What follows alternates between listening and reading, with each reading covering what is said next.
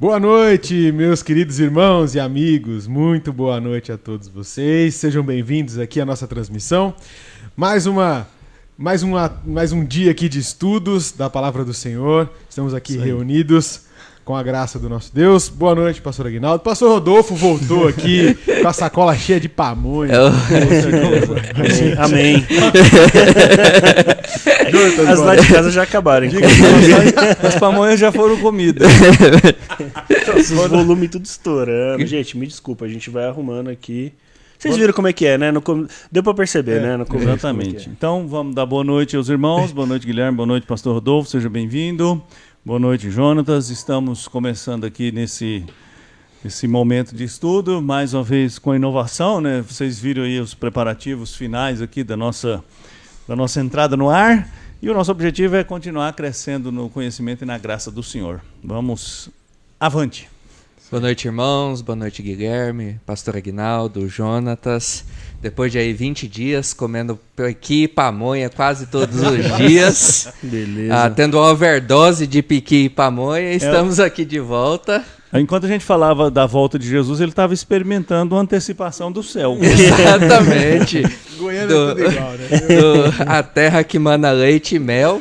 Mas com a graça de Deus estamos aqui de volta para continuarmos aí junto com os irmãos, crescendo na graça e no conhecimento do Senhor, e a nossa oração é que nessa noite Ele possa nos edificar e nos abençoar mais uma vez. Amém. Boa noite a todo mundo que está aqui participando com a gente aqui desse estudo.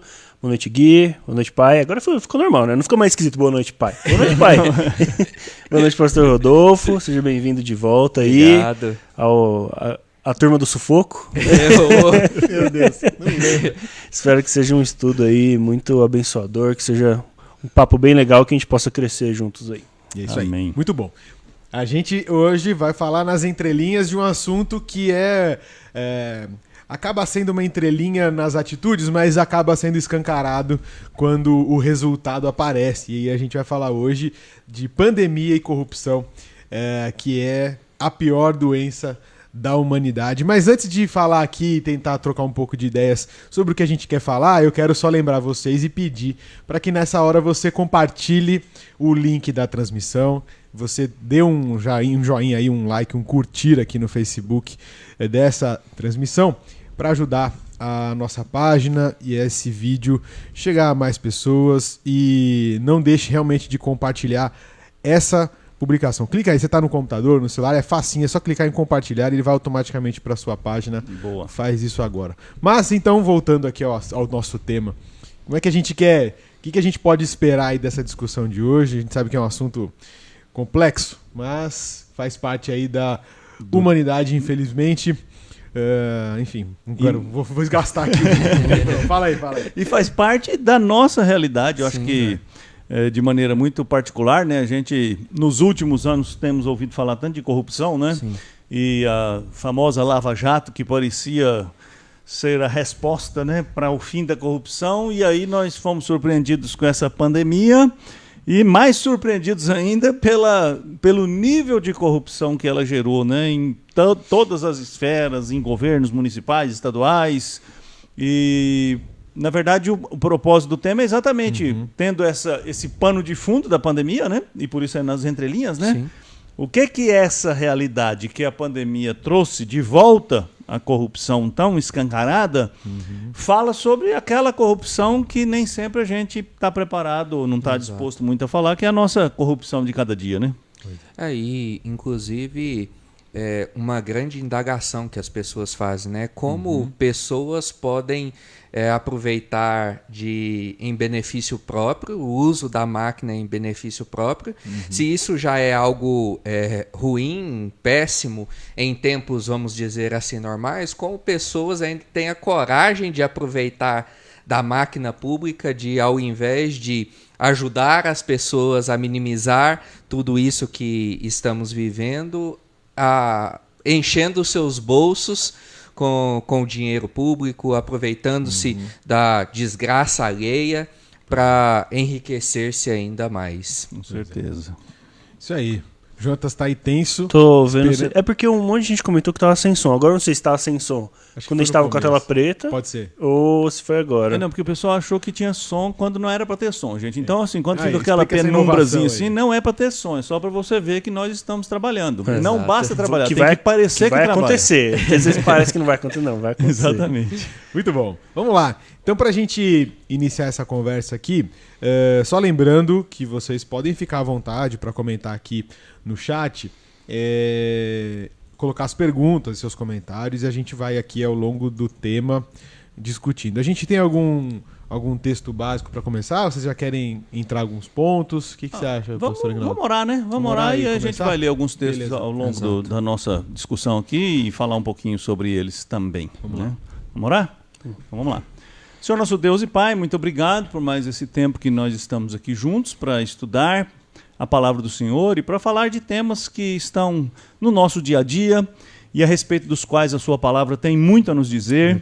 E nós, ó Deus, que cremos na palavra do Senhor como a nossa única regra de fé e de prática, suficiente para nos ensinar, para nos doutrinar, para nos corrigir, para nos aperfeiçoar, queremos pedir que esse tempo aqui seja mesmo muito edificante para todos nós, para nós aqui na mesa, para os irmãos que estão acompanhando, e que esse tema que nos desafia possa também nos chamar para um tempo novo na sua presença, Amém. uma vida nova, como o Senhor quer que nós vivamos. Eu te peço assim em nome de Jesus. Amém. Amém. Amém. Muito bom. Vamos lá. E aí? Então, a gente estava pensando, né, sobre como abordar ou que tema abordar hoje, e surgiu esse tema, né, da corrupção, porque basta você ligar a televisão que parece que a gente está vendo isso quase diariamente, né? E eu até juntei aqui um gráfico, eu não sei se vai, acho que não tem como projetar na tela, mas foi Tem. um gráfico que eu... Tem? Você tem ele aí? Me manda aí que eu já... Não tem. Você tem? Esse aí que você passou, João. Esse aí. Esse aqui? Isso. Tá vendo? É tudo ao vivo aqui, né? Esse aí aqui é Rede fazer- Quem Globo. sabe fazer ao vivo? Então, Vou colocar. é um gráfico aqui que eu consegui num site, eu não sei se aqui embaixo fala qual é a referência, não fala, né? Não tem a fonte? Não tem a fonte aqui Depois a gente embaixo. procura e aí fala, É. me dá os créditos. Mas é uma lista dos casos de corrupção, e isso aqui é do mês de junho, né? Tá. Então aí a gente está falando aqui que em São Paulo, não é uma lista necessariamente de corrupção, mas é uma lista dos preços que foram pagos nos equipamentos que foram comprados Tá e na que, tela. no fim... É o que está em investigação, né? o que está sendo investigado. né? Então, em São Paulo, 3 mil respiradores comprados a 550 milhões, uma bagatela, né? E depois foi uma negociação muito boa, né? Porque baixou para 261 milhões para 1.280 equipamentos. Ou seja, ficou pior, né? Parece aqui pelas contas, assim, feita rapidamente, né? Não estava muito bom. Já não estava bom. Tava bom. Santa Catarina, 200 respiradores por 33 milhões. Nossa. Rio de Janeiro, 770 milhões para a construção de 7 hospitais de campanha, que, se não me engano, 2 foram fechados sem ser utilizados, né? 50 respiradores por 9,9 milhões. Bom, gente, não vou ficar lendo isso aqui porque vai dando assim, uma indisposição estomacal, né?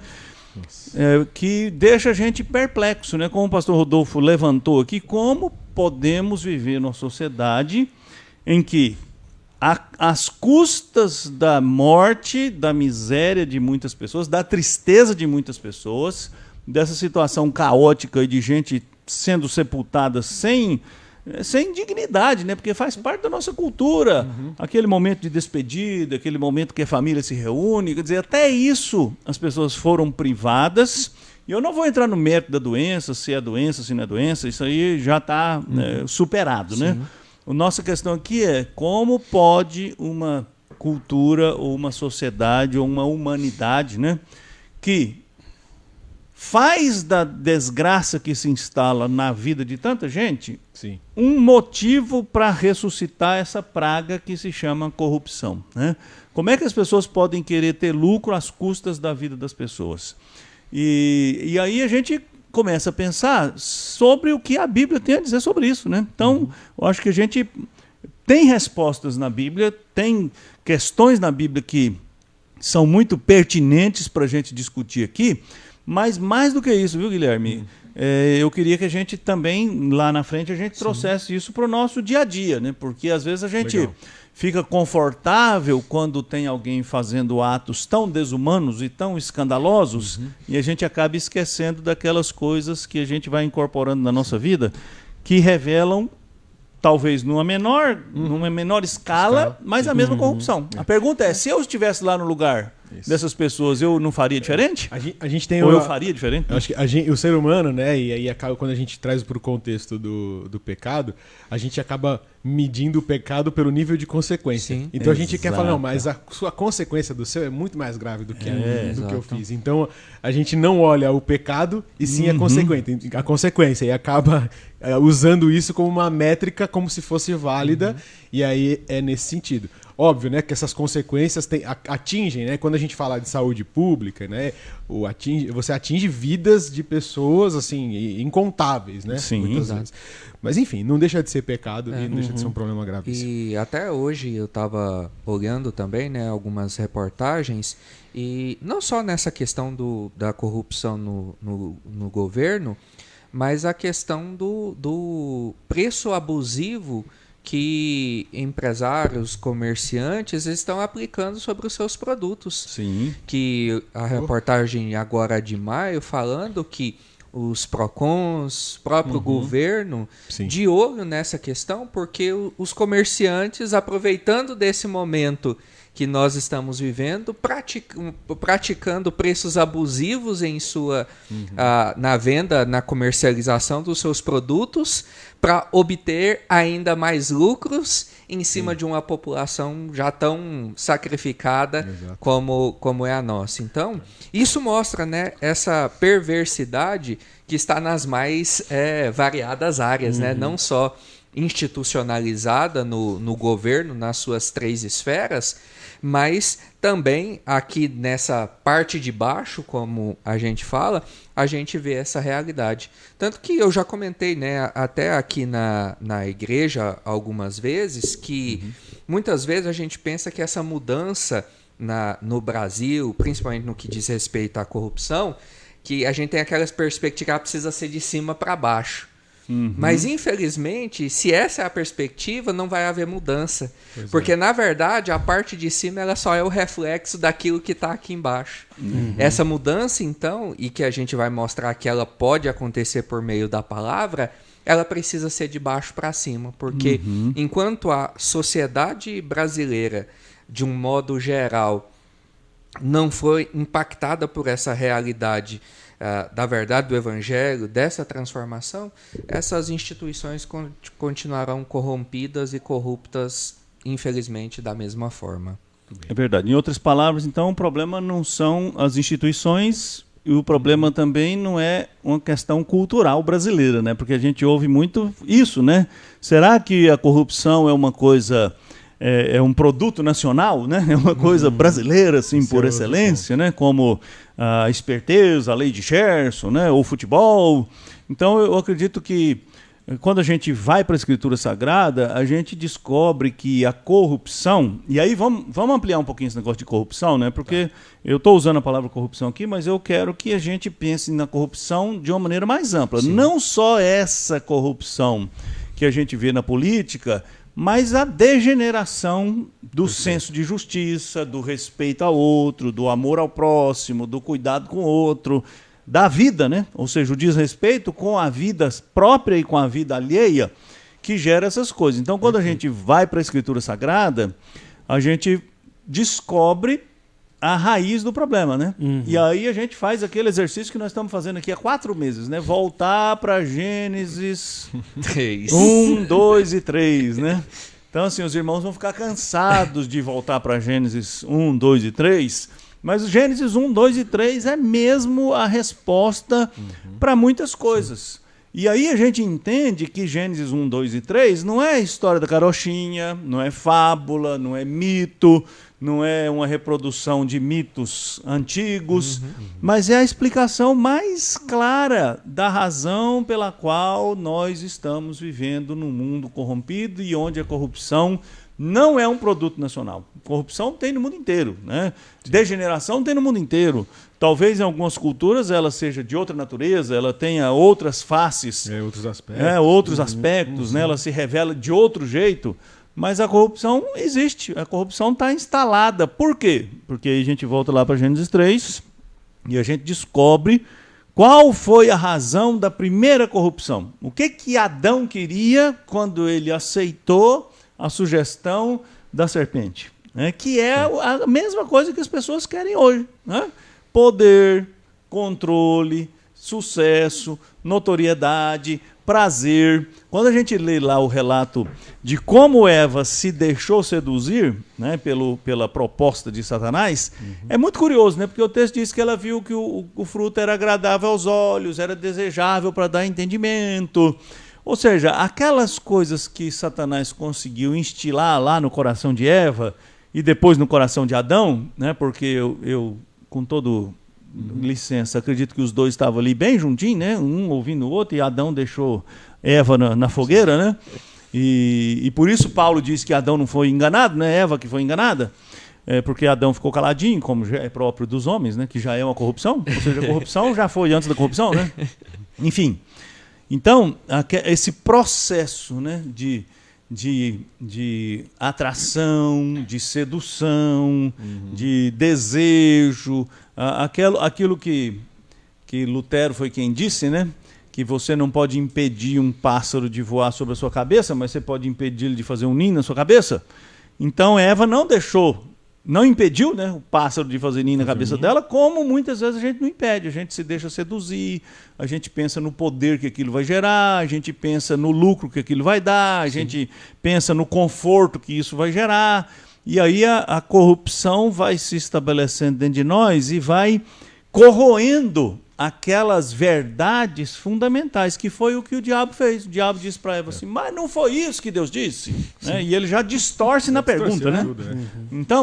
Então, ao distorcer, ele gera dúvida, ele gera...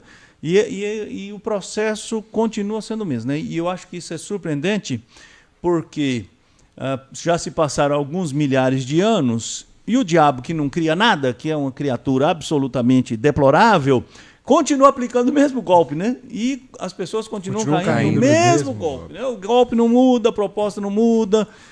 E olha que coisa curiosa. Eu vou falando, gente, vocês não me cortam, eu vou falando, né? Olha que coisa curiosa. Quando você dá um salto na história e você chega lá na tentação de Jesus, como é que o diabo tentou corromper Jesus? Não foi com a mesma coisa? Olha, poder, sucesso, pula daqui de cima, vai ser a pessoa que show, Jesus pulando de cima do pináculo e vem aqueles anjão com as asas. Anjo não tem asa, né? Então, aqueles anjão fortão assim, né? Vem, pega Jesus e tal, e joga e põe Jesus no chão, assim, tipo descendo Spielberg, assim, né? Então, assim, a tentação foi a mesma. Saciedade da vontade, Jesus estava com fome. Para que sentir prazer? Vai lá e come, vai lá e faz, né? Então, essas coisas que vão corrompendo o coração do homem, e que não corrompe só o coração do homem brasileiro, né? Corrompe o coração de qualquer homem. Né? Exato. E a gente precisa parar para pensar nisso. Né? É por isso que a gente precisa... Por isso que, assim, eu defendo, né, essa ideia da cosmovisão cristã, né? Criação, queda, redenção e glorificação, porque ela nos ajuda a entender. Porque às vezes a gente entende muito bem a questão da criação, da redenção, a expectativa da redenção completa do cosmos, mas nos falta essa ideia da queda. E então Exato. a gente... E porque falta esse fundamento, esse pilar da queda, então a gente vai julgar que o problema é por determinado coisa e que não trata o problema como ele deve ser tratado. Por exemplo, a questão econômica, essa voracidade pelo lucro que a gente tocou aqui. Muitas pessoas vão dizer, isso é culpa do capitalismo. É o capitalismo selvagem, que só vê lucro, lucro, lucro. Tá, tudo bem, mas o problema é mais profundo um pouquinho. São as pessoas que movimentam vamos dizer assim, o sistema, que corrompidas pelo pecado é que vão fazer com que isso aconteça. Então, a mudança que uma região, um país, ele necessita, não é somente uma mudança de visão econômica. Porque se as pessoas que dirigem essa visão econômica continuam com seus corações corrompidos pela queda, vai continuar a mesma coisa. E nós vemos em tantos países que tanto a visão capitalista como a visão comunista, elas têm os seus problemas. E é tão sério isso, e é tão arraigado no ser humano, né? Faz parte da natureza humana, que mesmo em países onde a corrupção é combatida com pena de morte, existem ainda pessoas corrompendo, né? Sendo corrompidas, enfim, e praticando atos ilícitos, não medindo a consequência, que é tão grave, que é acabar até perdendo a vida. Sim. Então, esse também não é o problema, assim, né? Assim, também a gente não está aqui também para julgar qual é o melhor sistema, né? De carcerário ou punitivo. Sim. Mas só um exemplo de que mesmo com graves consequências, não só aquelas indiretas, né, pelo que vai acontecer se for uma corrupção pública, mas aquelas diretas que podem acontecer com a própria vida da pessoa, são às vezes ignoradas justamente por esses quesitos, né, por prazer, por notoriedade, por poder, enfim. Exato. Não, e é uma coisa curiosa, né, que geralmente a gente tem o ímpeto, né, o instinto de autodefesa e de colocar a culpa em outra pessoa ou em outra coisa, né? Por exemplo, é muito comum você ouvir assim: o dinheiro é o problema do mundo, né? Isso aí é o problema do dinheiro. Não é o que a Bíblia diz, né? Paulo disse lá que o problema é o amor do dinheiro, né? O dinheiro é simplesmente uma convenção, né? O dinheiro é uma ferramenta, né? O problema é como se lida com essa ferramenta. Exato. E aí, junto com Paulo, é um texto que a gente vai ler mais lá na frente, mas Paulo está de novo fazendo teologia, né, acerca da palavra de Jesus, porque Jesus foi quem disse que é do coração do homem que surgem os maus desígnios, os maus propósitos. É o coração do homem que é o problema, né? É o coração do homem que é a sede da corrupção. Então o problema não é dinheiro, né? Na verdade, o dinheiro é muito bom quando ele é usado da maneira pela qual ele deve ser usado, mas quando ele se transforma num fim em si mesmo, ou quando ele é utilizado de tal maneira que beneficia apenas um grupo e não seja um instrumento para promover o bem de todos, aí então o problema é o amor do dinheiro. Né? Mas aí eu queria, Guilherme, aproveitar aqui, o programa não é o Tá na Bíblia, né? Mas vamos ler a Bíblia, né? Sim, claro. Então eu queria ler 2 trechos aqui de Provérbios 15 e 27, porque a Escritura fala de corrupção. No Antigo Testamento esse assunto é tratado, Jesus tratou desse assunto, a gente vai falar disso mais um pouquinho. Mas Provérbios 15, 27 diz assim, ó: o que é ávido por lucro desonesto transtorna a sua casa, mas o que odeia o suborno, esse viverá. Olha que coisa interessante, né? Isso se aplica a qualquer pessoa. Né? Qualquer pessoa que tem essa avidez pelo lucro, e lucro desonesto aqui, eu não penso só em furto, mas eu penso, por exemplo, numa coisa que é muito comum a gente ouvir, né? Eu já ouvi mais isso, hoje eu ouço menos, que é o famoso negócio galinha morta, né? Conhece a expressão? Galinha morta? Essa não. Conhece não? Galinha morta eu só conheço aquela rede de calçados que tinha ou tem aqui em São Paulo. Não, vocês nunca ouviram falar de galinha morta? Não. Galinha morta é aquele negócio que você vai fazer, que o sujeito está com a corda no pescoço e você vai pagar o preço para tirar a corda do pescoço do sujeito. Se aproveitar da tragédia alheia, né? Então assim, morta. Isso não é uma forma de corrupção, né? Você sabe que aquilo vale mais do que o sujeito está pedindo, mas você se vale da condição desesperada dele para tirar uma vantagem. E parece honesto, né? E aí a gente diz assim, mas é o preço que ele pediu. Eu estou pagando o que ele pediu. É mais ou menos assim com o negócio do piso salarial, né? Eu gosto sempre já citei esse exemplo aqui várias vezes em muitos estudos bíblicos aqui sobre esse negócio de justiça, né? Então, quando você, que é empresário, paga o piso salarial, podendo pagar mais, mas você paga porque é justo, né? E você acaba condenando o seu empregado a uma vida de escassez, enquanto você ganha mais, é preciso perguntar, isso é justo? Isso não é um desejo ávido por lucro? Isso não é uma maneira de você faturar sobre a carência do outro? Vamos continuar aqui, ó. Provérbios 17, 8. Tá. Pedra mágica é o suborno aos olhos de quem o dá, e para onde quer que se volte, terá seu proveito. Ou seja, eu vou pagar aqui e esse negócio vai resolver.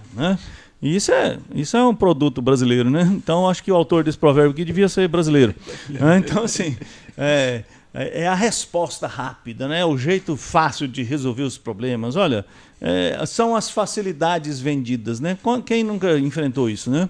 Ao ter que lidar com alguma solução, infelizmente, eu vou falar, infelizmente, mas é a minha experiência, não sei se é de vocês, quando você precisa de alguma coisa nos órgãos públicos, né, geralmente facilidades são vendidas, né? Porque o processo é muito burocrático, isso aqui vai demorar bastante, precisa dar um jeito. E aí alguém sempre tem uma saída mágica, né? Um jeito fácil, né? E também não é só no ambiente público, né? Às vezes no comércio, né? Hoje, depois que inventaram aquela palavra inglesa, né? Qual é? Compliance. O que é compliance? Né? Gente, vamos mudar de assunto. Né? Essa coisa da honestidade. A honestidade, seja honesto, né? Sim. Seja justo. Então, mais antigamente, eu acho que mais antigamente era mais normal isso, né? O sujeito que vai vender para uma empresa, o vendedor tem que cooptar o comprador, né? E o comprador quer ganhar porque, eu vou comprar o seu produto, mas e aí, né? Que eu vou ganhar por fora e tal? Enfim. E a gente vê também dentro dessa questão, né? Por exemplo, às vezes pessoas, prestadores de serviço, às vezes se aproveitando do meu desconhecimento daquela área para, às vezes, cobrar um preço exorbitante por aquele serviço. Às vezes eu não conheço o caminho das pedras e essas pessoas, então, sabendo disso, já oferecem os seus serviços e então querem cobrar algo exorbitante, sendo que um preço justo e melhor poderia ser praticado. Então, isso demonstra esse problema crônico aí que a gente enfrenta, não só no Brasil, mas em qualquer lugar que a gente for. Com certeza. Isso aí. Bom, vamos só, antes de seguir aqui, eu só queria agradecer aqui, o pessoal tá interagindo, mandando aqui os recados, mas tem uma pergunta aqui, ela tem um cunho um pouco mais da corrupção da fé aqui, eu queria comentar, o Vicente deixou aqui pra gente. Vamos lá. Martinho Lutero levantou-se contra diversos dogmas do catolicismo romano, contestando sobretudo a doutrina de que o perdão de Deus poderia ser adquirido pelo comércio das indulgências. E hoje vemos ser comercializada a fé com a proliferação de igrejas e seitas que fazem promessas de curas e bênçãos em troca de dinheiro. Isso não é uma forma de corrupção, pois se aproveita da fé das pessoas? Pois é. Pois é, né? O famoso movimento evangélico brasileiro, né? Ressuscitou a pior face da igreja medieval, né? Porque Martinho Lutero entrou numa crise, né, quando ele visitou Roma. Todo cristão medieval queria visitar Roma, né? E Martinho Lutero, como um monge agostiniano, um homem piedoso, quis visitar Roma. E quando ele visitou Roma, ele ficou escandalizado por causa do negócio, da promiscuidade, mas também da venda de relíquias, né? Relíquias sagradas, né? Então, todo lugar vendia lasca da cruz, né? Acho que dava para construir uma ponte Rio-Niterói com tanta lasca de cruz que era vendida, né? Osso da canela, cravos que crucificaram Jesus, né? Dava para crucificar o império inteiro. Então, assim, e o que a gente viu acontecer no Brasil com o advento do neopentecostalismo, sobretudo, né? Nos anos 80 e mais depois nos anos 90, foi isso. essa ideia de objetos sagrados, de relíquias, só mudou. Agora não é osso de santo, porque supostamente os evangélicos não gostam de santos, mas gostam de ramo de arruda, sal grosso, Sim, vassourinha, uma caneta, Rosa rosa ungida. Ou seja, isso realmente, Vicente, você está coberto de razão. É uma corrupção que se aproveita da boa fé e da carência das pessoas de soluções para os seus problemas. E como as pessoas buscam soluções mágicas, né? Então, geralmente a pessoa, ao invés de trabalhar para prosperar, ela quer fazer um negócio com Deus, né? Então, se alguém promete que Deus, você dá 10, que Deus dá 1000, isso é o negócio da China, né? Quer dizer, vou falar negócio da China hoje, já tá meio perigoso, né? Então, assim, quem não quer, né? Como se Deus fosse um agiota, né? Que está pagando juro de 1000%. Isso é inaceitável. A Bíblia não ensina isso. E, infelizmente, a corrupção também chegou nos arraiais das chamadas igrejas evangélicas, né? Pois é. E aqui a Adriana comentou, né, que às vezes o mecânico vê uma mulher e não entende nada do negócio e acaba se aproveitando, né? E acho que vai um pouco do que a Fernanda disse também, né? Porque a gente, é o que a gente falou lá no começo, acaba se colocando o foco da corrupção simplesmente nesses atos mais visíveis ou públicos. Exatamente. Que tem uma influência maior na sociedade, mas ela também está nesses atos menores ou da relação das pessoas ou nessas relações comerciais aqui, né? Como fazer uma TV pirata ou qualquer tipo de coisa. Inclusive, pirataria é uma coisa que a gente falou já há um bom tempo atrás, né? Uhum. E acho que isso mudou bastante, acho que até pela forma de consumo das pessoas, Sim. né? O acessibilidade, o acesso também a algumas coisas. Então, hoje é mais difícil, principalmente o conteúdo digital, é mais difícil ser pirateado, é mais fácil, né? Mas alguns anos atrás era algo assim, que fazia parte da vida de todo mundo. Sim. Comprar um CD pirata. DVDzinho pirata, né? Um DVD. envelopinho transparente. Quem Programinha nunca, pirata. Sacolinha preta. Infelizmente, é verdade, né? E parece que isso melhorou um pouco, mas melhorou um pouco também porque, de certa forma, a indústria entendeu que era melhor vender mais barato do que... Por exemplo, os programas que a interessante, gente usa, né? Sim. Que antigamente você usar um Photoshop era 5 mil reais, 10 mil reais. Hoje você paga 100 reais. É uma assinatura, Uma assinatura, né? De um ou dois programas até, ou até mais. Você faz 20, então, é o que você falou. É. Não foi uma mudança das pessoas por elas não. mesmas. É porque ela percebeu que, Uma mina de ouro, né? Não, a indústria viu que estava perdendo dinheiro e as pessoas falaram, poxa, eu posso pagar um pouquinho mais e tem algo de muito mais qualidade, porque eu posso usufruir do original, com atualização, enfim. Então, percebe que é uma mudança não por causa das próprias pessoas, porque as pessoas continuam querendo ter interesse, né? Continuam querendo sair na vantagem aí. Com certeza. Então, e a Bíblia continua falando, né? Continua falando contra a corrupção. Os profetas menores parece que são aqueles que denunciaram de maneira mais contundente a corrupção, e dois deles foram especialmente contundentes nessa denúncia, né? Que é o profeta Amós e o profeta Miqueias. E aí eu fiz um recorte aqui, Guilherme, se eu puder ler. Claro.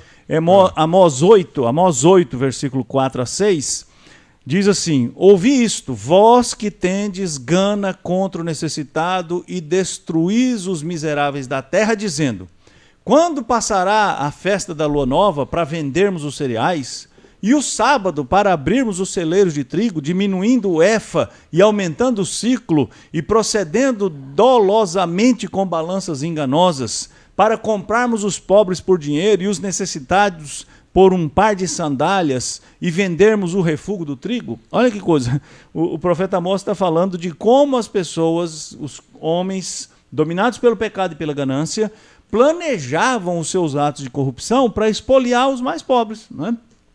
Olha, os poderosos, aqueles que têm os seus celeiros cheios, aqueles que detêm o estoque do trigo, aqueles que detêm o alimento que vai ser vendido, estão aqui dizendo, e duas expressões interessantes aqui, né? Festa de lua nova era uma das principais festas do calendário judaico, que é o primeiro dia do mês, né? Então, todo dia de lua nova, primeira lua nova era o primeiro dia do mês, né? E era um dia sagrado, era um dia de convocação, de adoração, de sacrifício. E ele está dizendo assim, quando é que vai passar a lua nova para a gente começar a vender logo? E o sábado, quando é que vai chegar o sábado? E aqui é pior, né? Parece que o profeta vai dizer que a coisa vai piorar, porque Se antes ele quer que passe a lua nova, ou seja, eu não vou profanar esse dia sagrado, na outra frase ele está dizendo, não interessa se é sábado, eu quero é vender o trigo. E como é que ele fala que vai vender o trigo? Ele vai diminuir o efa, que é uma unidade de medida de volume, e vai aumentar o ciclo, que é uma unidade de medida de peso. Então o ciclo é a medida de prata. Então ele está dizendo o seguinte, aliás, está dizendo o seguinte, sabe quando você vai no supermercado hoje e aquela embalagem de 1 litro só tem 800 ml? Você já viu? Eu vou comprar 1 litro de óleo, mas 1 litro de óleo hoje não tem mais 1 litro. 1 litro de óleo hoje tem 800 ml. Né? Você nem percebeu. O cara escreveu lá, nova embalagem, mas esse toma. tá bem pequenininho ali. Exatamente. Mantém o valor e diminui a quantidade do e produto. a gente continua comprando 1 litro de óleo, né? Você continua falando. Olha como é que a coisa é planejada de um jeito tal que, olha aqui, ó, a Amós denunciou isso aqui, ó. A gente diminui o volume e aumenta o preço. Olha que negócio da China, né? Então, a embalagem de 500 gramas agora vai ter 400, o pacote de biscoito, o chocolate, né, aquele chocolate da Nestlé, que tinha não sei quantas gramas, tiraram 30, 40 gramas. Desse tamanho. Cara. E assim é nadinha, não, 30 graminhas. Agora você multiplica 30 gramas por milhões, né? Em escala industrial, né? Em escala... Então, assim, e aí continua falando, né? Procedermos dolosamente com balanças enganosas, para comprarmos os pobres por dinheiro e os necessitados por um par de sandálias e vendermos o refúgio do trigo. Olha só, eu vou vender o refúgio do trigo. O que é o refúgio do trigo? Aquele pior trigo, né? É mais ou menos aquilo que a gente compra geralmente no Brasil, né? Porque o melhor vai para exportação e o pior fica aqui, né? Então, assim, você vai fora do Brasil, você vê aquelas frutas maravilhosas com carimbo, assim, do Brasil, né? Você fala, mas no Brasil não tem não tem essa fruta desse jeito. É né? mesmo de lá? O que está acontecendo? Só as bananas amassadas aqui. Então, assim, a corrupção em todas as esferas, ela não é nenhuma novidade, porque é um problema do coração humano, né? O coração humano que vai se corrompendo, que vai se deixando seduzir pelo lucro, pelo ganho. De novo, as mesmas coisas, né? As mesmas coisas. E aí, eu queria acrescentar... quer falar alguma coisa, gente? Pode. Posso ir falando assim? Então tá bom. Interrompendo, eu vou interromper. E eu queria agora falar daquele texto que eu disse que a gente ia ler aqui. Não é esse texto ainda não. Que é sobre Jesus, quando Jesus faz uma denúncia, né, contra os religiosos, lá em Marcos 7, em que Jesus diz assim, olha que coisa interessante. Jeitosamente rejeitais o preceito de Deus para guardardes a vossa própria tradição. Pois Moisés disse, honra a teu pai e a tua mãe, e quem maldisser ao seu pai ou a sua mãe, seja punido de morte. Vós, porém, dizeis, se um homem disser ao seu pai ou à sua mãe, aquilo que poderias aproveitar de mim é corbã, isso é oferta para o Senhor, então o dispensais de fazer qualquer coisa em favor de seu pai ou de sua mãe, invalidando a palavra de Deus pela vossa própria tradição, que vós mesmos transmitistes, e fazei muitas outras coisas semelhantes. Não sei se você já ouviu falar o que é o voto de corbã. O que é corbã? Não. Então, assim, o que Jesus está denunciando aqui é o seguinte, os judeus daquela época criaram esse negócio de corbã. O que é corbã? O sujeito prometia que ele daria como oferta para Deus os seus bens, ou a sua casa, ou o seu mantimento. E aí, como aquilo foi prometido para Deus, ele não podia usar, por exemplo, para ajudar um pai que estivesse passando por necessidade. Então, quando o pai, passando por necessidade, ia procurar o filho, falou, meu filho, estou passando necessidade. Você podia, pai, não dá, porque tudo aqui está sob juramento de corbã, tudo é do Senhor. Eu estou só administrando, né? Eu estou aqui no usufruto, mas é do Senhor. Então, se é do Senhor, ninguém põe a mão, e nem o Senhor, meu pai, né? E aí Jesus diz, vocês dispensam a pessoa de obedecer a Deus para obedecer uma regrinha que vocês criaram, né? E aí a gente pode juntar aqui a palavra que o Vicente trouxe, né? Então a igreja medieval criou um sistema de venda de indulgências, prometendo um perdão que Deus nunca prometeu desse jeito, mas que tinha um apelo tremendo no coração das pessoas, né? Quem não é um pecador que quer ser perdoado? Quem não quer ter a garantia de ir para o céu? Principalmente se for por um preço módico, né? Então, vamos faturar. Então, aqui de novo, né? Jesus está denunciando essa coisa terrível que é manipular, criar regras, criar tradições para burlar a lei do Senhor. Né? E quando Jesus fala assim, e assim tem muitas outras coisas semelhantes a essas. Né? Só uma curiosidade, já que vocês estão tudo calados olhando para mim. Eu ia interromper para a Só, pergunta aqui, mas vamos lá. só uma curiosidade, porque a lei judaica dizia que um judeu não podia se ausentar da sua terra mais do que a jornada de um sábado. A jornada de um sábado era cerca de 1 quilômetro. Então não podia andar mais de 1 quilômetro longe da sua terra, que seria sua casa. Tá. Então o que eles faziam? Ele pegava um caixote, pegava a terra do quintal, E amarrava e punha saía no andando. caixote, Carregava punha o na caixote. carroça e carregava. Então, eu não ausentei da minha terra está aqui, então agora eu vou viajar 10 quilômetros, 20 quilômetros. Então, assim, eles criavam as leis Criativo, e hein? eles criavam métodos para burlar a lei. Criativo. Né? Então, assim, a corrupção é uma coisa... É o que o próprio Jesus denuncia, né? Quando ele chega lá no templo e vê aquele comércio todo ali, e começa a dar chicotada em todo mundo e virando mesa, tá dentro dessa realidade, né? Porque usaram de artifícios para transformar aquele lugar que era de adoração em comércio, Exatamente. visando unicamente o lucro. Exatamente. Olha só, eu queria só colocar aqui uma questão antes da gente começar a responder a pergunta do presbítero Saulo, né? Como acabar com isso? Né? A gente Boa. vai- Essa é uma Mas aí pergunta. vamos deixar um pouquinho para frente. Eu só queria mencionar sobre a pergunta do Fabrício e do Ricardo, que estão interligadas, né? O Fabrício perguntou se existe uma corrupção dentro da estrutura organizacional da igreja. E aí o Ricardo fala assim, embora funcione muito pouco, há órgãos reguladores que fiscalizam negócios públicos e privados. E quando a corrupção acontece dentro das igrejas e bem dos líderes, como poderão ser punidos na lei dos homens se não há quem fiscalize? A justiça será só feita por Deus? O que vocês acham aí? Bom, eu respondo assim. A corrupção está dentro do coração do homem, né? Então, onde tem homem, Tem corrupção. tem corrupção. Então, tem corrupção nas esferas de autoridade da igreja? É claro que tem. Infelizmente tem. E se eu disser que não tem, eu tô querendo dourar uma pílula que não é dourada. Ela é preta mesmo, negra. Preta ou negra? Não sei. Isso é preconceito, né? Ela é vermelha. Né? Enfim. Mas aí, Ricardo, a igreja presbiteriana defendendo o nosso peixe, né? Na igreja presbiteriana nós temos órgãos que regulam, temos órgãos que fiscalizam, né?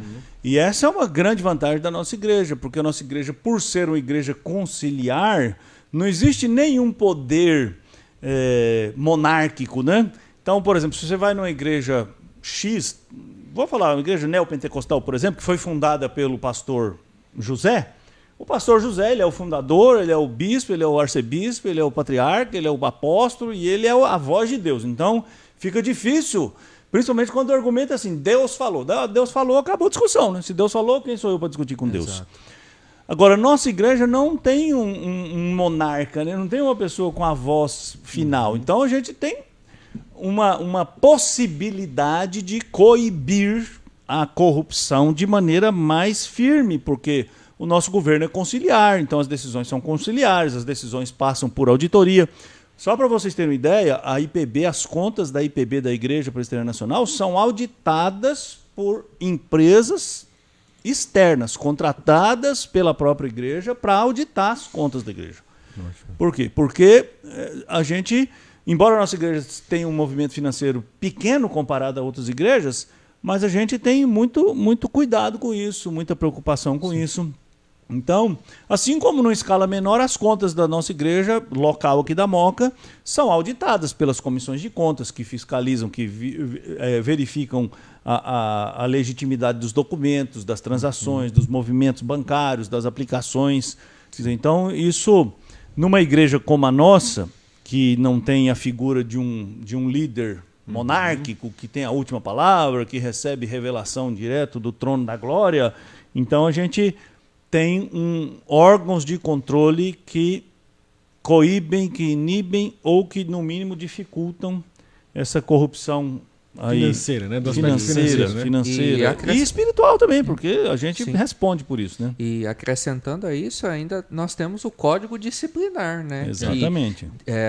Porque, embora tenhamos esse modelo governamental que já inibe isso, e tanto financeiro e a corrupção espiritual, havendo esses desvios, nós temos um código de disciplina, instâncias responsáveis por punir aqueles que praticam algum tipo de corrupção, como é o termo que a gente tem usado, seja ela financeira, espiritual, material, dentro da igreja. Então, dentro da IPB, há menos possibilidade de aquele que faz alguma coisa passar ileso diante do seu ato.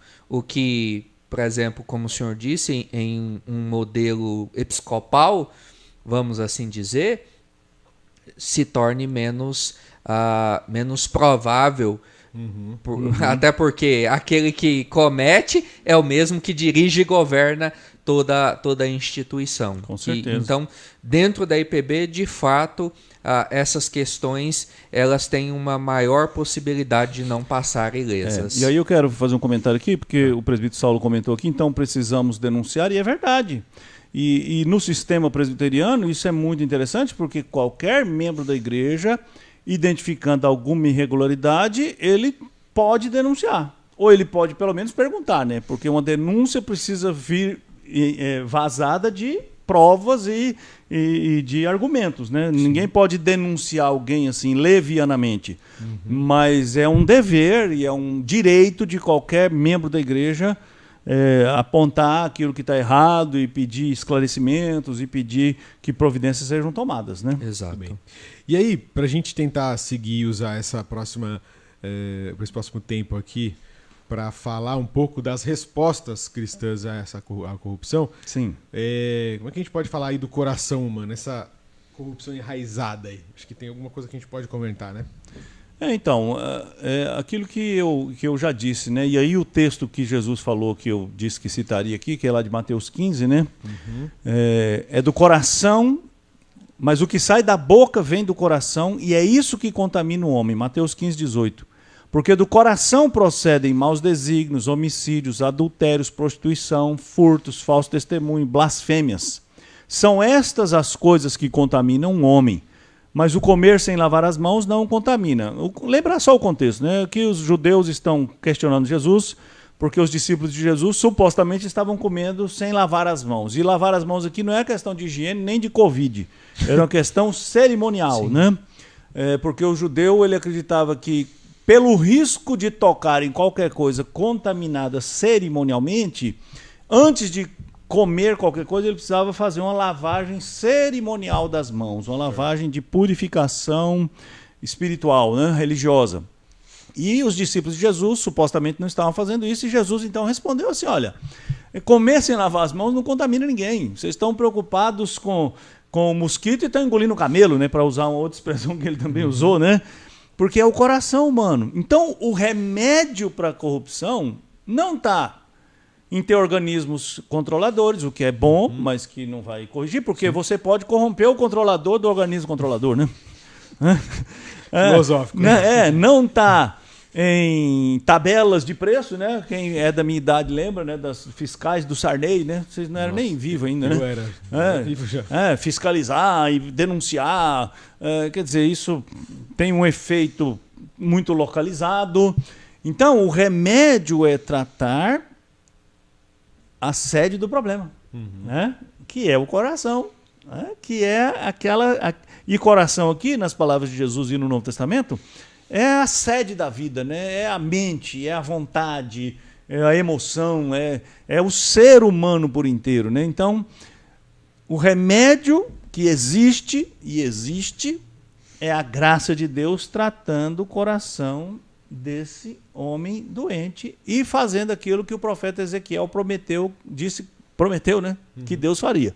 Trocar o coração de pedra, que é esse coração corruptível, por um coração de carne, que é um coração transformado por Deus. Exato. Um coração que faz a vontade de Deus. E é isso que Jesus está falando, e é disso que Jesus veio tratar, e é isso que Jesus faz, né? Quando ele fala lá em João 8 que se o Filho vos libertar, verdadeiramente sereis livres, é dessa corrupção que Jesus está falando. Porque antes ele tinha dito, quem comete pecado é escravo do pecado.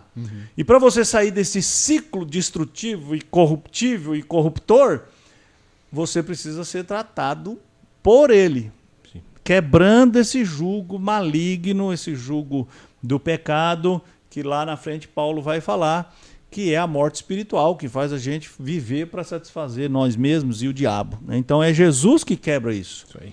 Então, nós como cidadãos precisamos usar as ferramentas que a gente tem para lidar com a corrupção, mas nós como cristãos precisamos usar a ferramenta mais poderosa para acabar com a corrupção, que é o Evangelho. Que é o testemunho do Evangelho, que é pregar o Evangelho, que é anunciar a graça transformadora. E é por isso, né, que a Bíblia fala que a pessoa ela só é uma nova criatura quando a obra salvífica de Cristo opera na sua vida. Exatamente. Porque é somente Cristo que pode tratar essa questão aqui tão profunda que é o coração. Porque esse coração que nos leva a viver dessa forma tão deplorável como o homem vive, se movimenta, comercializa e exerce. E então é somente a partir dessa transformação do Evangelho é que essa nova realidade pode fazer parte. Então, por isso que isso que o pastor Aguinaldo disse anteriormente é importante. E a gente já disse lá no começo. Não é tratar de forma paliativa, mudar um sistema econômico, criar leis mais rígidas, uma intervenção direta vamos dizer, do Estado, por exemplo, congelando preços, impedindo o aumento de preços, isso vai ser paliativo. Logo, tudo isso vai estar novamente da forma que era, ou às vezes até pior. É por isso que nós, enquanto cristãos, tendo o remédio que de fato pode trazer uma nova realidade ao ser humano e a transformação que de fato vai trazer resultados diferentes, precisamos arregaçar as nossas mangas e fazer com que esse evangelho seja pregado, vidas sejam transformadas, porque é somente através de uma transformação de vida que a nossa realidade pode começar a ser transformada. Sim, mas aí eu acrescento um outro aspecto importante, que é o papel profético da igreja. Exato. Né? Então, assim como os profetas lá da Antiga Aliança denunciaram, né? Tudo bem, a gente tem um contexto diferente, porque no Antigo Testamento, a gente vivia num estado, vamos dizer assim, meio teocrático, né? Era uma monarquia, mas era uma monarquia entre um povo que servia a um Deus, ao Deus da aliança, né? Sim. Então os profetas eles tinham uma proeminência maior porque os reis temiam aos profetas, né? Como emissários de Deus. A gente não vive mais num país ou num sistema político em que a religião tenha tanto peso quanto tinha lá no Antigo Testamento. Mas a igreja continua tendo o papel profético de denunciar o pecado em todas as suas esferas, inclusive a corrupção. Mais do que isso, a igreja tem que se posicionar, e aí quando eu falo de igreja, eu estou falando da igreja instituição, mas eu também estou falando do crente, né? E aí cada crente tem que se posicionar contra a corrupção em todos os níveis, em todas as esferas. E aí a gente volta naquele ponto, que é a nossa corrupção de cada dia, né? A corrupção que a gente faz no trânsito, a corrupção que a gente faz numa fila, a corrupção que a gente faz num negócio, a corrupção que a gente faz em qualquer área da vida em que a gente tenta levar uma vantagem, burlando alguma regra. Então essas coisas parece que são pequenas, como o Guilherme falou lá atrás, porque as consequências não são tão danosas, né? Mas são uma manifestação dessa corrupção contra a qual nós precisamos resistir. Por quê? Eu até coloquei aqui no nosso esboço uma frase do Albert Schweitzer, né? O Albert Schweitzer foi um teólogo alemão, né? Que foi um pastor que era brilhante, mas ele resolveu fazer medicina para ir trabalhar no Congo. No Congo? Não, no Togo. No país da África. Não sei qual país da África, não lembro mais. E ele disse uma frase muito interessante. Ele diz assim: dar o exemplo não é a melhor forma de ensinar. É a única forma de ensinar. Então, se isso é verdade numa esfera cultural, Sim. isso é mais verdade ainda no que diz respeito à nossa vida cristã. Então, se nós não vivermos o evangelho que nós pregamos, e é claro, gente, aí vamos fazer um parênteses, todos nós continuamos em alguma medida suscetíveis à corrupção e nenhum de nós vai viver perfeitamente. Então não cobre perfeição de mim, nem de ninguém. Eu vou falhar muitas vezes. Mas eu preciso ter consciência disso. E eu preciso lutar contra isso e saber que os meus exemplos falam muito mais alto do que as minhas palavras. Né? Como aquele ditadozinho que o sujeito falou para o outro assim: eu não posso ouvir o que você está falando porque as suas obras estão gritando no meu ouvido.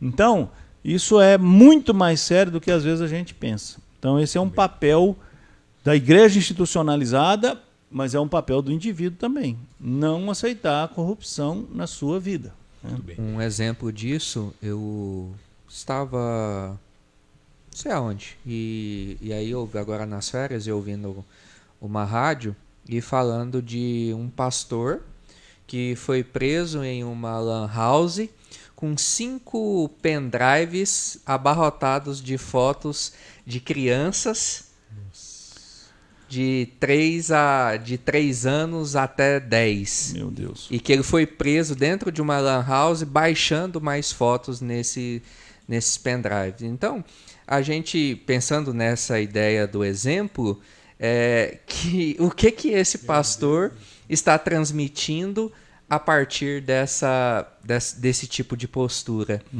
De, ao invés de ser luz, de ser sal, de ser a expressão do evangelho ali por meio da sua vida, vivendo algo completamente contrário a tudo isso que contrário a gente tá Exato. contrário a tudo que o próprio evangelho. Então, que autoridade que essa pessoa vai ter de falar desse evangelho, que esse evangelho transforma, que lógico, como o senhor falou, todos nós em uma certa medida vamos falhar, vamos pecar, temos o nosso grauzinho de a corrupção nossa de cada dia, como o senhor mesmo disse. Mas imagine que tipo, que mensagem, como as pessoas que ouvem esse homem vão agora continuar pensando a respeito do evangelho. Com certeza. Vamos lá, eu quero só... o pessoal está participando bastante, eu quero ler algumas perguntas. Tá. E eu quero comentar aqui uma do Vicente. Ele escreveu assim: um crente pode entrar na política sem se corromper? Isso é possível? O que a IPB aconselha para os membros que querem se aventurar na política? Olha, eu acho que é possível. Né? A gente serve a um Deus que nos capacita naquilo que Ele nos chama. E eu acredito que há pessoas crentes que são chamadas para exercer uma carreira política. Aliás, a nossa omissão no mundo político é que, infelizmente, fez com que esse cenário ficasse tão caótico. Né? Eu acredito que a igreja precisa de mais pessoas crentes na política. Né? A gente não precisa de político crente, a gente precisa de crente político. Né? Crentes que vão lá e que estão dispostos a fazer diferença. A IPB não é apolítica, e a IPB não impede nenhum membro dela de se candidatar a um cargo político. Um crente é livre, né? É livre para fazer. Os pastores não, né? Os pastores, para se candidatarem a cargos políticos, eles precisam de autorização do presbitério e às vezes até do sínodo.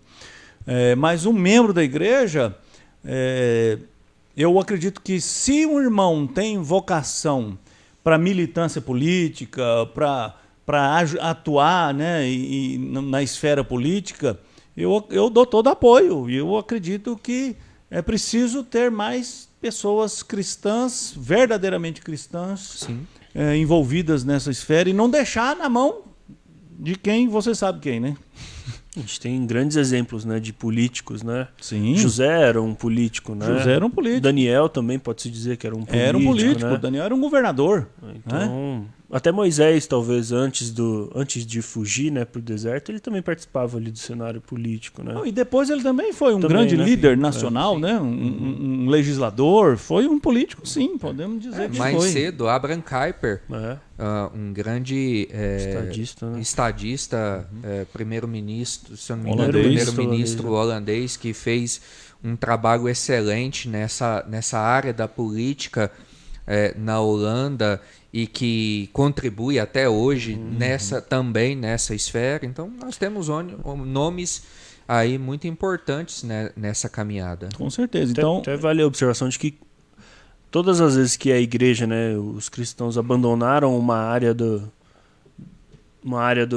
conhecimento humano, ela acabou perdendo a linha, né? A gente viu isso na cultura. Exato. Quando o cristianismo abandonou, por exemplo, as artes, arte moderna.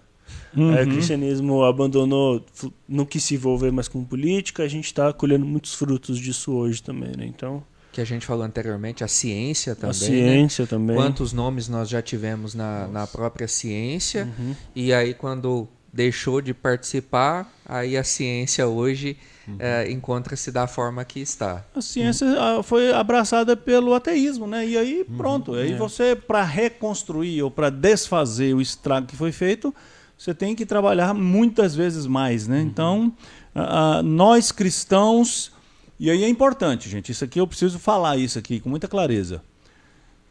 A igreja, com I minúsculo, a igreja local ou a igreja de denominação, nunca deve apoiar como instituição nenhum político e nenhum partido político, porque nós somos uma comunidade de várias cores. Exato. E de várias posições políticas, e é bom que seja assim.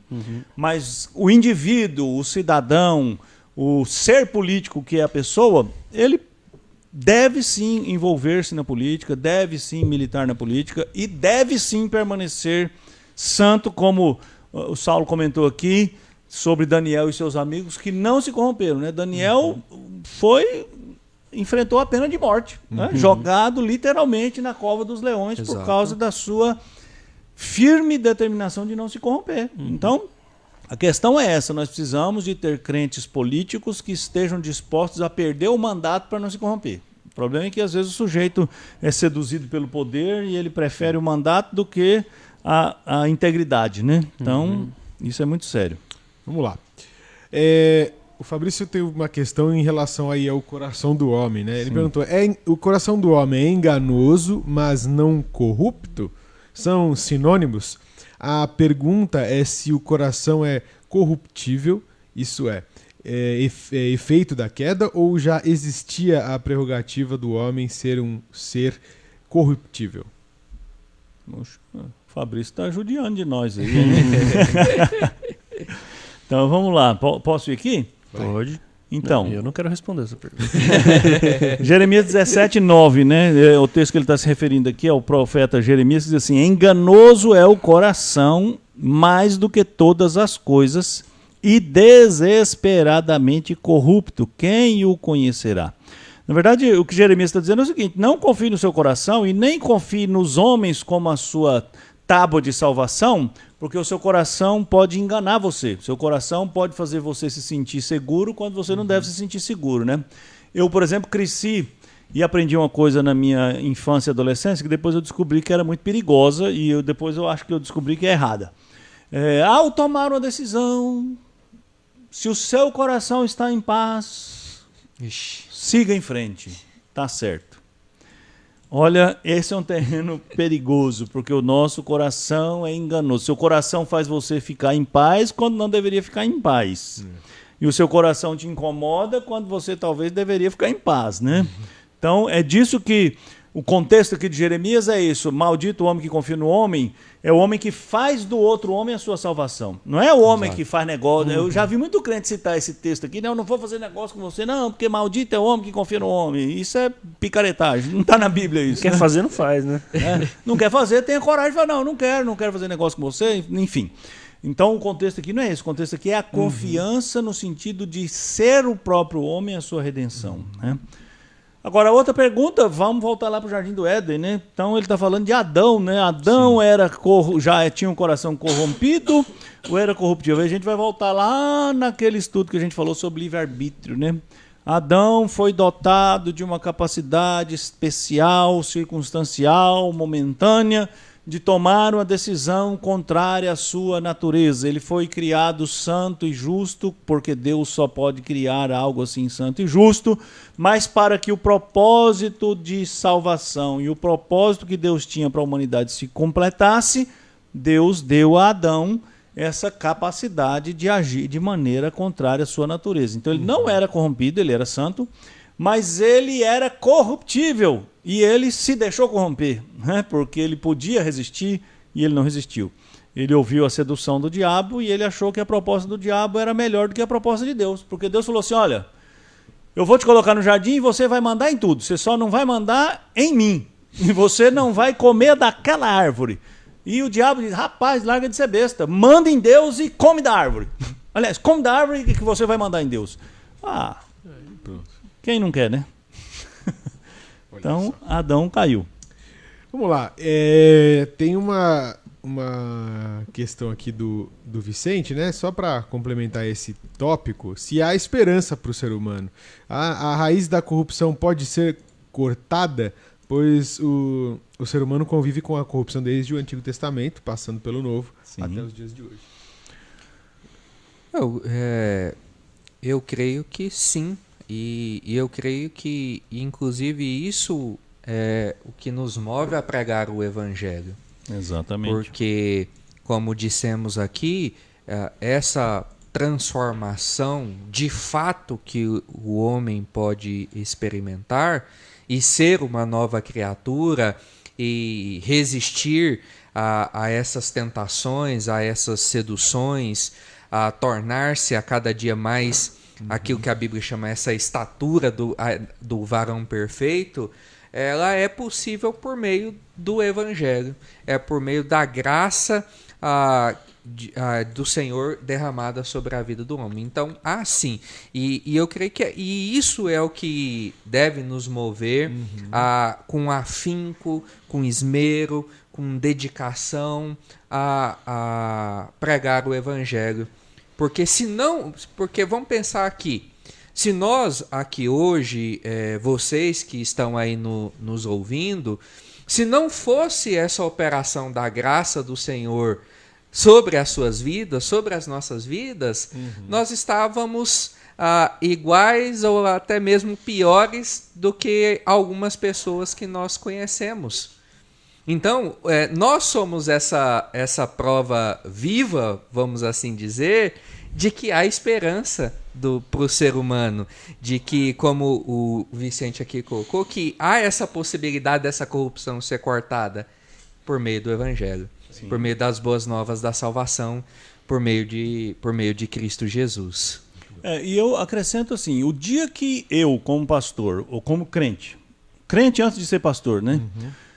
Perder a esperança de que alguém pode ser transformado e essa semente corruptível seja quebrada, esse ciclo seja quebrado, eu preciso parar de pregar o Evangelho, porque eu só prego o Evangelho porque eu creio que o Evangelho, como Paulo escreveu na carta aos Romanos, é o poder de Deus para a salvação de todo aquele que crê. Então essa é a verdade. E inclusive, é muito curioso esse texto de Romanos 1, né? Porque Romanos 1, Paulo está dizendo assim, irmãos, eu estou pronto a ir pregar o Evangelho para vocês em Roma.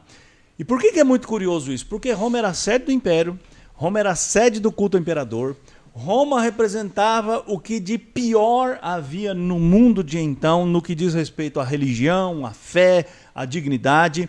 Roma era uma cidade perversa, né? Dizem que metade da população de Roma, naquela época, era composta de escravos. Alguns dizem até mais, 2/3. Né?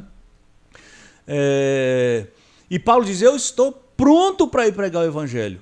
E aí ele explica por quê. Porque o Evangelho é o poder de Deus para a salvação de todo aquele que crê. Então Paulo diz, eu vou pregar aí, no ninho da serpente. Eu vou pregar aí onde parece que é o pior lugar do mundo, porque o evangelho é o poder de Deus para a salvação de todo aquele que crê. E aí, gente, a gente precisa aprender com Paulo, porque a gente fica se lamentando aqui que o nosso mundo é corrupto, que o nosso mundo está de mal a pior. Irmãos, o nosso mundo, do ponto de vista moral, do ponto de vista religioso, é melhor do que o mundo de Paulo. Vou dar só um exemplo. Se hoje a gente considera a pedofilia um crime hediondo, em Corinto, pedofilia era um ato de culto. No templo de Apolo serviam centenas de sacerdotes que eram adolescentes, e o culto a Apolo era uma orgia com aqueles adolescentes. Era uma orgia, inclusive, com prática homossexual. Por quê? Porque Apolo era o deus do amor, Apolo era o deus do prazer. Então, os sacerdotes de Apolo, e daí vem a ideia de pederastia, né? Pederastia é aquele que se aproveita do pai Deus, que é a criança. Né? Então, pedofilia, né? Perdão. Então, a pedofilia naquela época era um ato de culto. Né? Era considerado um ato sagrado. Então, essa é a Corinto onde Paulo foi pregar o evangelho. Essa foi a Corinto que foi transformada pelo poder do evangelho. Então, nós não temos que ter medo e nem termos receio de pregar o evangelho. E quando a igreja para de pregar o evangelho, o mundo se deteriora. Né? Tem um livro importante do John Stott que todo mundo devia ler, Ouça a Igreja e Ouça o Mundo. É isso mesmo? Ouça a Igreja e Ouça o Mundo? Eu acho que é isso mesmo. E tem um capítulo desse livro em que ele usa a seguinte ilustração. Se você comprar 1 quilo de carne e colocar em cima da mesa e deixar lá 4 dias na sua casa e depois voltar em casa e viaja, aí você volta em casa depois de 4 dias, aquela carne está podre. Você pode pôr culpa na carne? Você pode falar para a carne, por que você não foi para a geladeira? Você não sabe que tem uma geladeira aqui? Aí ele diz, é exatamente isso que o crente faz quando ele se lamenta da corrupção no mundo, tendo o poder de falar uma mensagem transformadora e não falar. Ouça o Espírito, ouça o mundo. Ouça o Espírito e ouça o mundo. Né? Ouça o Espírito, não ouça a igreja, não, né? Ouça o Espírito e ouça o mundo. Né? Então, quando nós nos calamos, nós estamos contribuindo para a deterioração. E aí aquela metáfora maravilhosa que Jesus usou quando nos chamou de sal, né? Porque o sal não é para dar sabor. O sal na antiguidade ele era usado para preservar. Né? Então quem morou na roça ou quem já foi pescador, né? Quando você ia pescar, uma vez eu fui pescar, olha, eu vou contar esse caso aqui. Olha lá, história de pescador agora. Nós fomos pescar. Nós fomos pescar e nós pecamos um monte de peixe, assim, de uma maneira corrupta. Na tarrafa. Na tarrafa, na rede. Eu sabia. Do robô. Na verdade, esse era. Foi na varinha. Não, foi pior. Paciência. A gente foi pescar numa lagoa para pegar papa-terra, né? Papa-terra é um peixe que come barro, né? E aí a gente cercou a lagoa de rede, a gente entrou na lagoa e batia na água, e os peixes ficaram loucos, foram tudo para a rede. E aí nós pegamos um saco de peixe e demos para uma tia minha salgar, porque não tinha geladeira, isso em 1900 e Tiranossauro Rex. Né? Aí me deu para minha tia salgar e ela ficou com economia de sal. Não quis gastar o sal. Só que peixe, você sabe, peixe é igual visita, depois de 3 dias fede. Né? O peixe você tirou da água, aí já tá fedendo. Então, é só tirar da água. No dia seguinte, os peixes estavam tudo podre. Né? Ou seja, nós perdemos a viagem, perdemos o dinheiro, perdemos a pescaria e perdemos a tia também. Então, o sal é para preservar. Se você não põe sal, apodrece. Então, é isso que Jesus está falando. Se você deixar de preservar, você não serve para nada. Você não serve nem para fazer calçada. Né? Enfim. Gente, vamos lá. Olha só, só colocar aqui, o Fábio deixou um comentário aqui, acho que também vai um pouco na linha do que eu não sei se foi o Vicente ou tinha sido o Ricardo, né, que falou sobre a penalização, foi o Ricardo, né, da igreja. Sim. Aqui no mundo, né? Exato. E o Ricardo disse aqui, né, ficaram sabendo, né, da igreja lá do Valdemiro Santiago, que colocou um vídeo no YouTube de uma suposta cura para o coronavírus num feijão de R$1.000. Daí o Ministério Público foi atrás. Assim, infelizmente existem essas pessoas aí, esses líderes supostamente Com certeza. religiosos.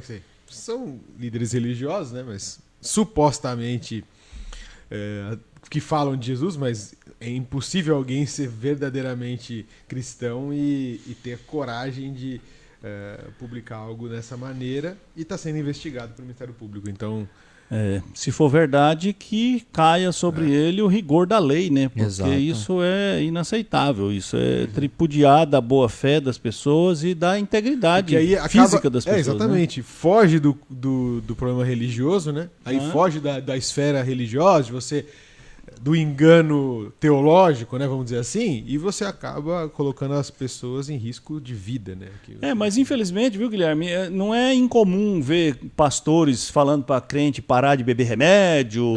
Não sim, toma remédio, sim. principalmente se for depressão, né? Não toma remédio para depressão, isso é coisa do diabo. Sabe? Enfim, não dá, né? Mas eu só queria fazer um comentário aqui, que o Percy fez um comentário aqui interessante. Quando a gente falou da IPB, né? Ele fez um alerta aqui, né? Que o sistema presbiteriano nos garante controle completo e transparente das contas, mas precisamos estar atentos e cuidadosos, porque Judas era o tesoureiro, né? Se mostrou corrupto, né? É verdade, Percy. E eu, assim, eu espero ter sido claro, né? Se não fui você agora. O sistema presbiteriano, ele permite um controle maior, mas ele não é a garantia de um sistema sem corrupção. Infalível. Porque os homens são corruptíveis e os sistemas de controle também são corruptíveis, né? Então o que a gente precisa é de mais pessoas cada vez mais tementes a Deus. Porque se eu temo um sistema, eu me escondo, né? Eu finjo, eu suborno, e aí, infelizmente, não dá. Né? E a gente precisa, de novo, acreditar no poder transformador do Evangelho. Isso não significa que a igreja não... Como eu já falei, né? A igreja tem que ter um papel profético, os crentes têm que ter um papel de resistência, tem que dar o seu exemplo, antes de tudo, em todas as esferas, não é só nas grandes coisas, né? Não é só nas grandes questões, mas no dia a dia, lá na fila do banco, no trânsito, como eu falei o exemplo domingo, né? Por quê? Porque se cada um de nós abandonarmos qualquer tipo de corrupção, se não totalmente, mas em grande medida, eu acredito que nós já vamos estar dando uma grande contribuição. Sim. Se nós denunciarmos e se nós, acima de tudo, pregarmos o Evangelho, testemunharmos o Evangelho, falarmos do poder transformador do Evangelho, é isso que vai transformar a nossa sociedade. Né? Então, eu até abro um parênteses aqui, talvez para deixar isso para umas próximas entrelinhas. Né? Eu, por exemplo, não vejo Paulo militando contra a escravidão de Roma, embora ele vai pregar o Evangelho em Roma. Eu não vejo Paulo militando contra outros desmandos que deveriam existir lá na sociedade. Eu vejo Paulo pregando o Evangelho e eu vejo ele desafiando os crentes a pregar o Evangelho. Porque se a gente fica só na esfera institucional e a gente milita nas instituições, o que é justo, o que é digno, então voltando à questão do político, é bom ter um crente político que vai lá fazer leis mais justas, que vai lá protestar contra a corrupção, que vai lá fazer a diferença, mas isso não terá o efeito durável, profundo e verdadeiro que o Evangelho produz. E por isso eu vejo Paulo muito pouco envolvido em questões políticas, em questões sociais, em questões ali circunstanciais, e o vejo envolvido na pregação do Evangelho. Exato. E o vejo envolvido... E às vezes o que a gente às vezes ouve na igreja, que muitas pessoas gostariam que a igreja fosse uma ONG, mas a igreja não é uma ONG. A missão da igreja não é primariamente social. A missão social da igreja é decorrente da sua missão principal, que é pregar o Evangelho. E aí eu vou mais longe ainda, é uma opinião minha, que alguém não quiser concordar aqui, tudo bem, só sair. Brincadeira. Pode ir embora. Brincadeira, né? O seu papel como cidadão é que vai fazer diferença nas ONGs, na sua empresa, e não o papel da igreja como instituição. A igreja como instituição tem que continuar sendo uma agência de proclamação do evangelho. Exato. E você, como cidadão, vai ser o cara que vai atuar lá na ONG, vai ser a pessoa que vai atuar na sua empresa, que vai promover ações sociais e ações que vão alcançar as pessoas como indivíduo, como cristão, como pessoa que é discípulo de Jesus Cristo. E dentro disso que o senhor falou, pegando o que Paulo realizou nessa tarefa de pregar o evangelho, às vezes a gente vê muito hoje, né, meio que essa síndrome do cachorro vira-lata, que muitas vezes nós temos, mas é só eu, que diferença que eu vou fazer? Quem sou eu contra o sistema? Quem sou eu contra toda essa corrupção? E aí quando a gente olha para exemplos como o de Paulo, uma única pessoa que fez e realizou toda a obra que hoje nós encontramos na Escritura Sagrada. Com certeza. Por quê? Porque Paulo entendeu que o Evangelho é o poder de Deus. Sim. Quando nós entendermos isso de fato, que o Evangelho é o poder de Deus para a transformação, nós vamos transpor essa ideia que sou só eu, que eu não tenho uma expressão, que eu não tenho uma influência, e vou pregar o Evangelho porque eu sei que aquele que está comigo é muito maior do que qualquer sistema, qualquer nível de corrupção, ou seja lá o que for. Então, a gente precisa transpor essa verdade e crer que aquele que está conosco é maior do que tudo isso. Sim. E prometeu usar as nossas vidas para a disseminação do Evangelho, para que esse mundo que está em trevas seja iluminado pela luz de Cristo. Amém, é isso mesmo. Muito bem. Acho que chegamos aqui ao... Tem uma perguntinha aqui do Ricardo, né? Que eu acho que vale a pena. Desculpa, tem razão. Vamos lá. Acreditamos que a única forma de mudar o ser humano é o Evangelho. Como ficam os não eleitos? Nunca haverá um único que busque a justiça? Então, a gente não pode pensar no não eleito como uma pessoa depravada no sentido moral ao extremo. Por quê? Porque existe algo que Deus faz no mundo que a gente chama na teologia reformada de graça comum, que são aquelas operações gerais do Espírito Santo que não têm caráter salvífico, né? Então a graça comum, Calvino fala de graça comum, mas são os teólogos holandeses que elaboram mais detalhadamente essa graça comum. Por exemplo, o Abraham Kuyper, que o pastor Rodolfo já citou aqui.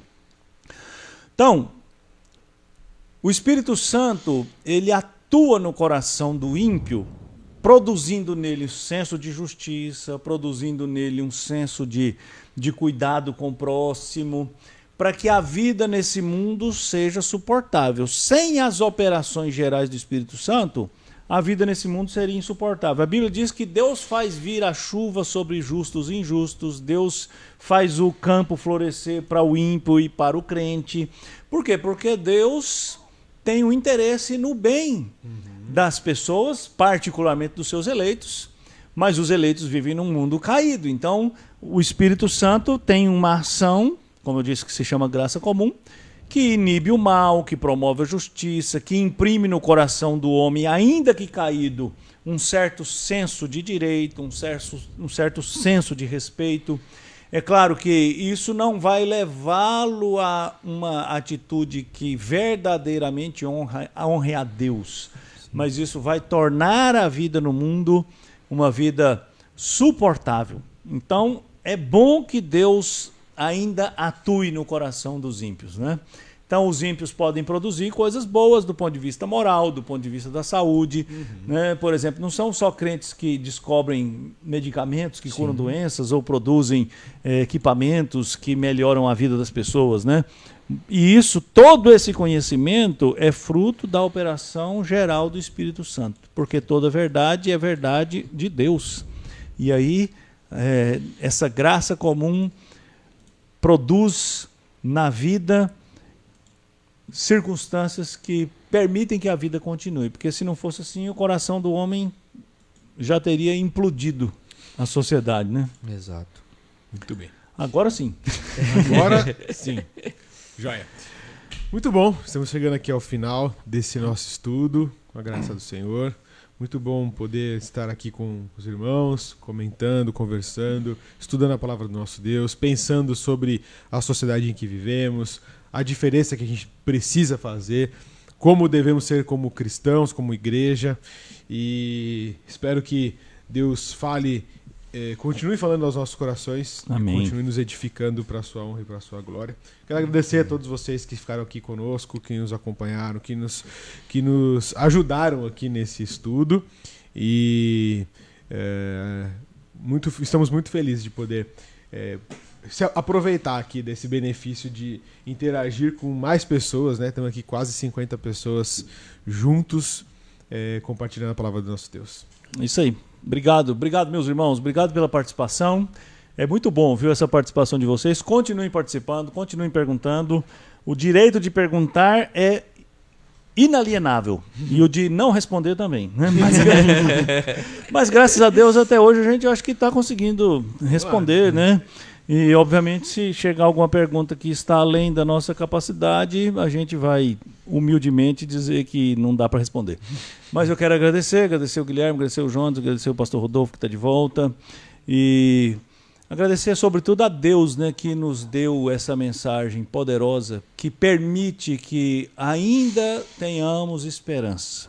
E eu creio que enquanto o Senhor nos mantiver aqui, é porque ainda há esperança. Quando a esperança acabar, é porque Jesus Cristo chegou e a página da história vai ser virada, né? Então vamos continuar pregando o Evangelho, vamos continuar dando nosso testemunho, vamos continuar influenciando na nossa esfera, começando em casa, depois no trabalho, onde a gente for. Ótimo. Meus irmãos, Deus abençoe. Obrigado pela presença de cada um de vocês. É uma alegria poder estar aqui novamente junto com esses irmãos aqui tão preciosos e com cada um de vocês também. Com toda certeza vocês têm nos abençoado e muito através de tudo aquilo que vocês têm aqui manifestado através das nossas páginas. Que Deus abençoe ricamente a vida de vocês. E se o Senhor assim permitir, no domingo estamos aqui de volta para estudarmos um pouco mais da palavra do Senhor. Deus abençoe. Amém. É isso. Muito obrigado também. Foi muito bom, eu gostei. Eu fiquei mais quietinho assim, mas porque tava profundo, técnico. Aí eu preferi observar. Tava pensando. Beleza. Muito bom. Será que vai ter uma live que vai dar tudo certo aqui? Que a gente monta as coisas, vocês não sabem. A gente monta as coisas e... Dessa câmera pra lá tá complexo. Hoje deu semi-certo, Deu né? semi-certo. Mas é o padrão, né? O padrão é mas se a gente semi-certo. chegar numa live 100%, vai ser muito show. Vai ser muito show. Eu achei que você ia falar assim, chegar 100% e tipo, acabou o mundo. É o fim do mundo. Não, vai dar. Não, irmãos, eu acho que um pouco de emoção é bom. É importante. É importante. Para manter a atenção e manter o cuidado, né? Manter todo mundo ligado, né? No encerramento eu vou deixar aquele esqueminha também, que a gente vai ficar meio... vamos ficar aqui, sobe os making off. créditos, Sabe que nem o pessoal do jornal fica fingindo que tá conversando? Sobe os créditos, produção Jonatas, câmera Jonatas, som Jonatas, iluminação Jonatas. Não, tem que dizer, câmera, caixa de papelão, filmado. Mas muito é bom. isso, muito obrigado. Muito Aí, bom. a gente só não tem uma musiquinha pra começar e pra terminar, né? Por causa de direitos autorais a gente não pode usar, então... É verdade. Mas só tá aí o observação, Slick, que tá assistindo aí, Slick. Vamos fazer uma musiquinha pra gente colocar aqui no começo da live. Mas não aqui, pode- ó. É. Só tem que dar ser uma uma explicação aqui própria. já nessas últimas palavras, que os irmãos devem ficar pensando assim, por que na terça-feira funciona e no domingo Eu tenho uma aconteceu resposta. tudo aquilo, né? Eu tenho uma resposta pra isso. Que é o meu direito inalienável de dizer não sei. Até caiu. Bateu o microfone. Eu não sei. É outro sistema, viu, irmãos? É outro sistema, é outro lugar, é outro lugar. equipamento, é outra realidade. Ora por nós aí, para Deus ter misericórdia de nós e conseguimos resolver as coisas, né? É isso aí. Pastor Rodolfo, ora, por favor. Vamos lá. Senhor, no nome de Jesus, ante ao trono de graça e misericórdia do Senhor, nós queremos colocar as nossas vidas e contar que mais uma vez e pedir que o Senhor derrame dessa mesma graça e misericórdia sobre as nossas vidas, Amém. porque somos carecedores dela. Somos, ó Deus, embora já lavados e remidos pelo sangue do Cordeiro, ainda, ó Deus, ainda o pecado nos assedia, ainda, ó Deus, somos tentados a sermos levados para longe da Tua palavra, a desobedecer os Teus mandamentos. E a nossa oração, ó Deus, que o Senhor de fato tenha misericórdia de cada um de nós, que nos mantenha firme na palavra do Senhor, e além disso, ó Deus, use as nossas vidas como essa luz que dissipa as trevas, como esse sal que preserva este mundo da sua putrefação. Faz de nós, ó Deus, instrumentos úteis nas mãos do Senhor. Amém. Nós vivemos de fato em um mundo que jaz no maligno, cujo coração, ó Deus, ainda está completamente inundado por pecados e delitos.